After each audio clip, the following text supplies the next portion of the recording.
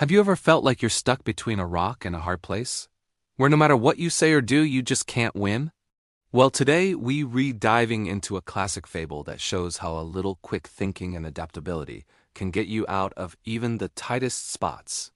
It's a story about a bat, two very hungry weasels, and the art of survival. This isn't just a children's tale. It's packed with lessons that are incredibly relevant to our lives today. So grab a drink, get comfortable, and let's explore the clever world of Aesop's fables. Our story begins with a bat flying around, minding its own business. But as fate would have it, our little bat wasn't paying much attention and accidentally blundered straight into the nest of a weasel. Now this weasel was not in a welcoming mood. He was hungry, and a plump little creature just fell right into his lap. He pounced on the bat, ready to make it his next meal. The terrified bat started begging for its life. "Please, please let me go," it cried, but the weasel was firm. "No way," he said. "You're a mouse, and I absolutely hate mice. It's my life's mission to eat every single mouse I can find." This is where things get interesting. The bat could have just given up. It could have accepted its fate as a weasel's dinner. But it didn't. Instead, it used its brain. The bat shouted, "But I'm not a mouse. Look at me, I have wings. Can mice fly? Of course not. I'm a bird, a creature of the sky." The weasel paused. He looked at the bat's leathery wings, flapping in panic. He had to admit, the little guy had a point. Mice don't have wings, and they definitely can't fly. Convinced that he had mistaken this creature for a mouse, the weasel let the bat go. The bat, sighing with relief, flew away, having escaped certain doom with its clever argument.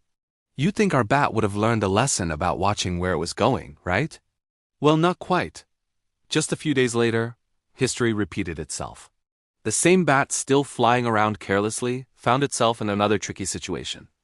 It flew directly into the nest of another weasel.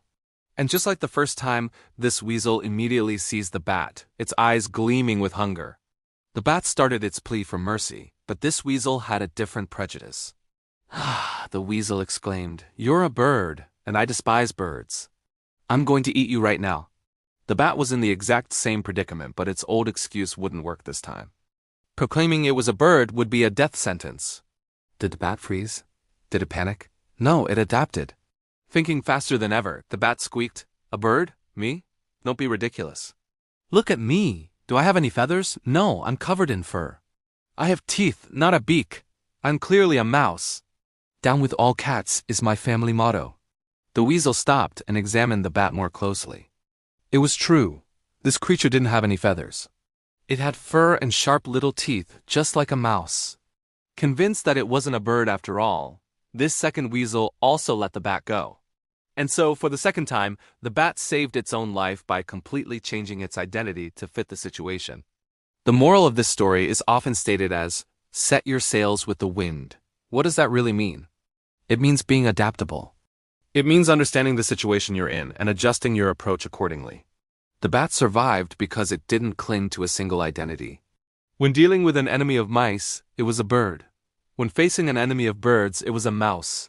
It was a master of reframing. This idea of adaptability is a superpower in our modern world. Think about it in your career. The job market is constantly changing.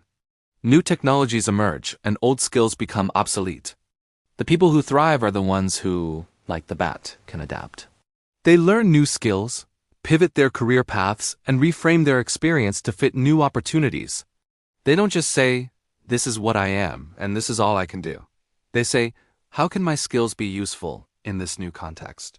What new identity can I adopt to succeed here?" It's the same in our personal relationships. Sometimes we get stuck in a conflict because we're rigidly holding on to our own perspective. We're like the first weasel who only sees mouse, or the second weasel who only sees bird. But if we can take a step back and try to see the situation from another person's point of view, like the bat did, we can often find a solution. It's not about being dishonest. It's about being empathetic and flexible. It is about presenting your side of the story in a way that the other person can actually hear and understand. The bat story also teaches us about the power of labels and perception. The weasels weren't reacting to the bat itself. They were reacting to the label they put on it. Mouse, bird. Once they labeled it, their course of action was set. The bat cleverly manipulated these labels to survive. This is a critical lesson. We live in a world obsessed with labels. We label ourselves, and we let others label us. But these labels can be limiting. They can put us in boxes and make us vulnerable, just like the bat. The real power comes from understanding that you are more than any single label. You are a complex, multifaceted individual. You can be a professional, an artist, a parent, a friend, a mentor. You contain multitudes. Don't let one label define your entire existence or limit your potential. So how can we be more like the bat? First, cultivate awareness. Pay attention to your environment. Understand the people you're dealing with, their biases, their motivations, their perspectives.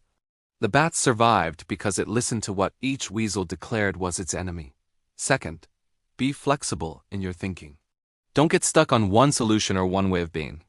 Be willing to change your approach, reframe your argument, and adapt your strategy.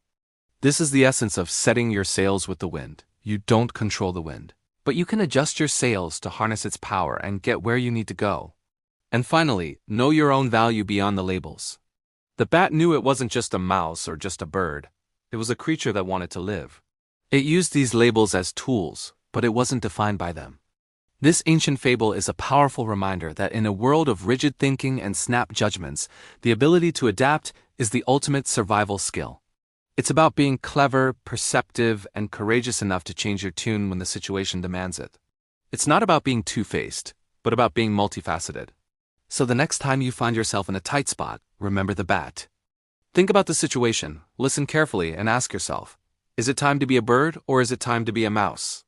What do you think? Is the bat a clever survivor or a dishonest trickster? Let me know your thoughts in the comments below. I'd love to hear your take on this classic tale. And if you enjoyed this little dive into ancient wisdom, don't forget to like this video and subscribe for more stories that make us think. Thanks for watching, and I'll see you in the next one.